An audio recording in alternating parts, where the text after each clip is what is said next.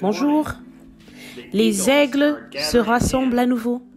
Nous sommes le 5 décembre 2020 et une lettre d'un prophète de Dieu depuis Jeffersonville, Indiana, à travers le monde.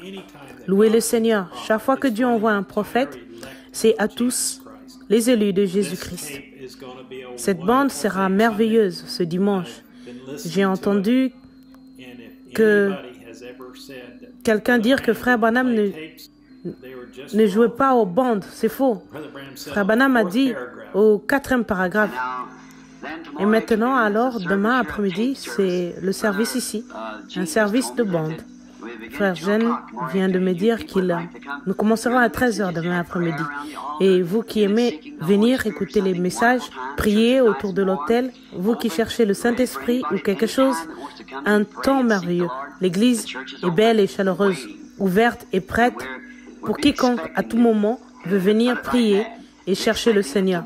L'église est ouverte et attend. Et nous attendons, disons-le comme ça, nous vous attendons demain après-midi. Louez le Seigneur, n'est-il pas merveilleux que le prophète lui-même ait un service de bande dans le Branham Tabernacle? Oh mon Dieu, c'est un jour merveilleux pour nous de vivre et de voir presque toutes les bandes. Il dit, vous les gens qui êtes sur les bandes, c'est moi, c'est vous.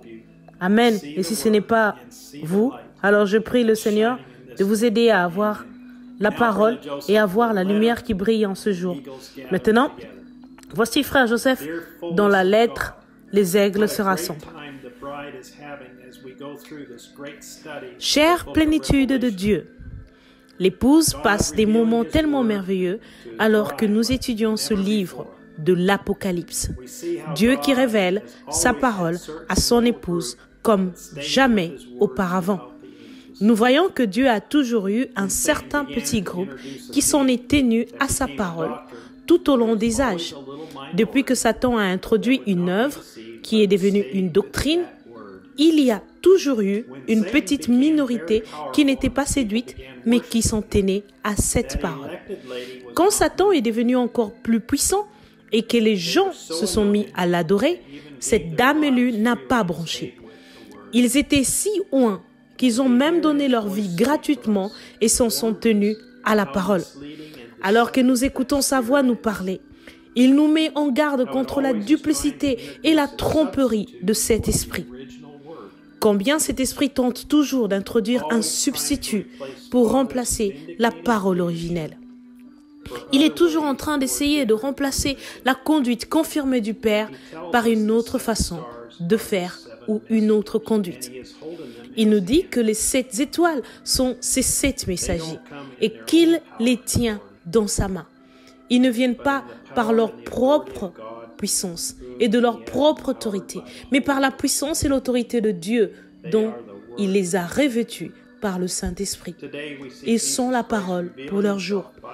Aujourd'hui, nous voyons Jésus-Christ se révéler lui-même par son esprit dans notre ange messager. Un ange qui, selon la parole, illumine la terre de sa gloire. Comme Moïse l'était pour les enfants d'Israël, il possède la révélation pour notre jour.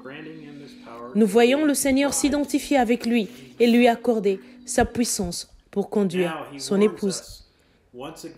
Maintenant, il nous avertit de nouveau de nous assurer de suivre son étoile, son messager et son conducteur pour notre jour. Cet esprit va, encore une fois, essayer d'introduire une autre façon de faire et une autre conduite. Il nous dit de ne pas oublier que ce sera si proche que cela séduirait même les élus, si c'était possible.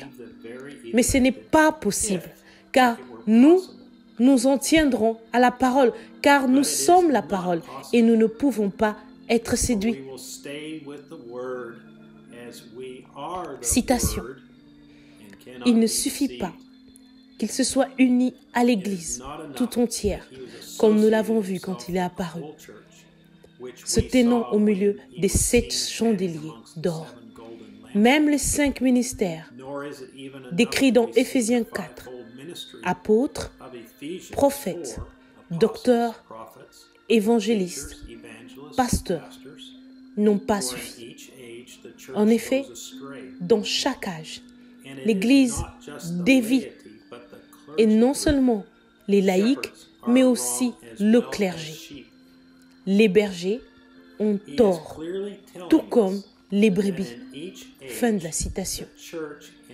Il nous dit clairement que dans chaque âge, l'Église et le ministère dévient. Ils s'éloignent de la parole originelle.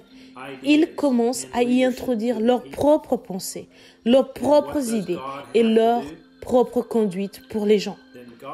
Que doit donc faire Dieu? Citation.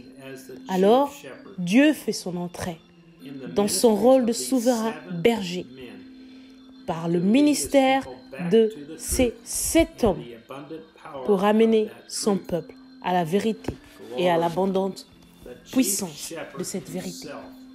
Fin de la citation.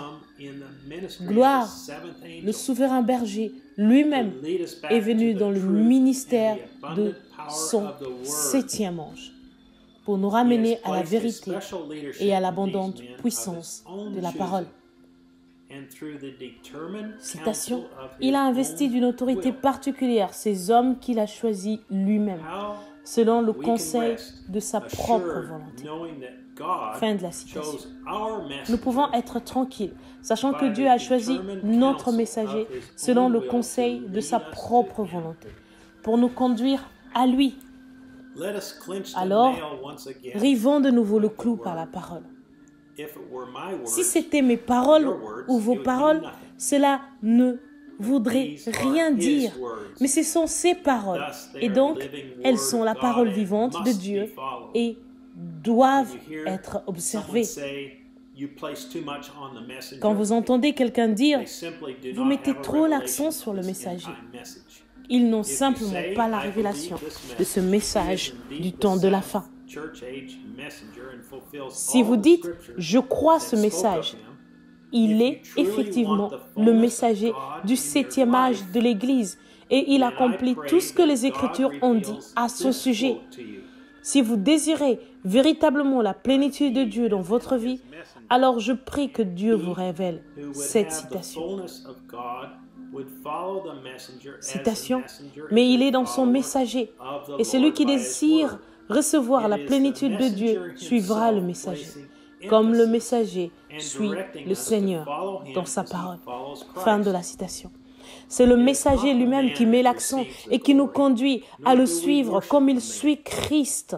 Ce n'est pas l'homme qui reçoit la gloire, et nous n'adorons pas l'homme non plus, mais nous voyons et nous croyons que ce n'est nul autre que Jésus-Christ qui vit et qui se révèle à son épouse par son ange messager qu'il a choisi pour conduire son épouse.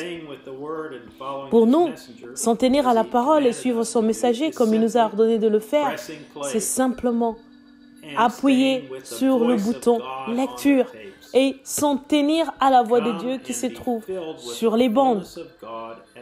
Venez et voyez, venez et soyez remplis de la plénitude de Dieu, alors que nous écouterons tous ensemble celui qu'il a choisi, selon son conseil, pour nous conduire, prêcher le message sur l'Arche de Sardes, de Sardisian Church Age, prêché le 9 décembre 1960 à 14 h.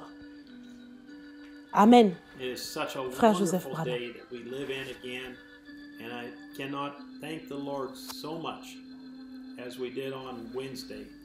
C'est un merveilleux jour que nous revivons.